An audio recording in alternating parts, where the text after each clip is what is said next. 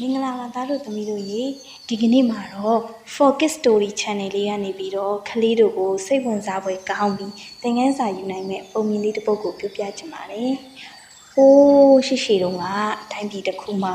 အရန်ကိုတရားမျှတတဲ့မင်းကြီးတစ်ပါးရှိတဲ့။အဲ့ဒီမင်းကြီးမှာသားသမီးရလည်းမရှိတဲ့အတွက်ဒီနေ့မှာတော့တိုင်းပြည်တွေကကလေးလေးတွေကိုနန်းတော်တွေကိုခေါ်လိုက်တယ်လေကွယ်။ပြီးတော့ကလေးတယောက်ချင်းစီကိုပန်းမျိုးစီတစ်စီချင်းစီပေးပြီးဒီလိုမျိုးပြောလိုက်တယ်။ကလေးတို့ဒီမျိုးစေ့တွေကိုအိမ်မှာတေချာစိုက်ကြပါ။နောက်တစ်နှစ်ပြည့်တဲ့အခါဘသူရဲ့ပန်းပင်ကအလှဆုံးဖြစ်မလဲဆိုတာငါကိုတော်စီကိုပြန်လာပြကြရမယ်တဲ့။ကလေးတွေထဲမှာဆူဆူဆိုတဲ့အကောင်လေးလည်းပါတာပေါ့ကွယ်။ဆူဆူကမျိုးစေ့လေးကိုပန်းအိုးထဲမှာတေချာစိုက်တယ်။ရေလောင်းတယ်ဂယူးစိုက်တယ်။ဒါပေမဲ့တစ်လကြာတယ်နှစ်လကြာတယ်ဆူဆူရဲ့အိုးလေးထဲမှာဘာပင်မှပေါက်မလာဘူးတဲ့ကွယ်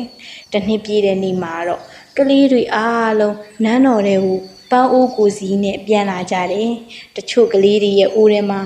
ရောင်စုံပန်းလေးတွေဝေစားနေရပဲဆူဆူကလေးကတော့စိတ်မကောင်းစွာနဲ့ပဲအပေမပေါက်တဲ့မြေကြီးကိုအလွတ်ကလေးကိုပွေးပြီးရောက်လာခဲ့တာပေါ့ကွယ်မင်းကြီးက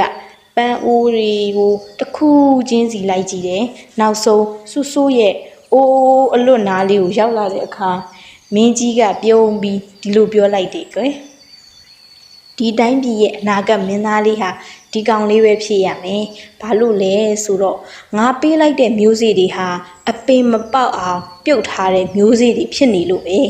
မင်းတို့အားလုံးကအပင်ပေါက်ချင်တာနဲ့တခြားမျိုးစေ့တွေကိုပြောင်းစိုက်ခဲ့ကြတယ်ဒါပေမဲ့စိုးစိုးတယောက်ထဲကသာအမှန်အတိုင်းရိုးရိုးသားသားလာပြခဲ့တာပဲတဲ့ကွယ်တွေ့လားသားတို့သမီးတို့ရေရိုးသားခြင်းဟာဘယ်အရာနဲ့မှမလဲနိုင်တဲ့တန်ဖိုးတစ်ခုပါပဲ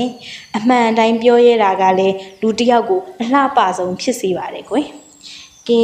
ဒီနေ့အတွက်တော့ပုံမြင်ကလေးရဒါပါပဲကွယ်ခလေးတို့လည်းရိုးသားခြင်းရဲ့တန်ဖိုးကိုနားလေသဘောပေါက်ပြီးမှတ်သားထားရမယ်နော်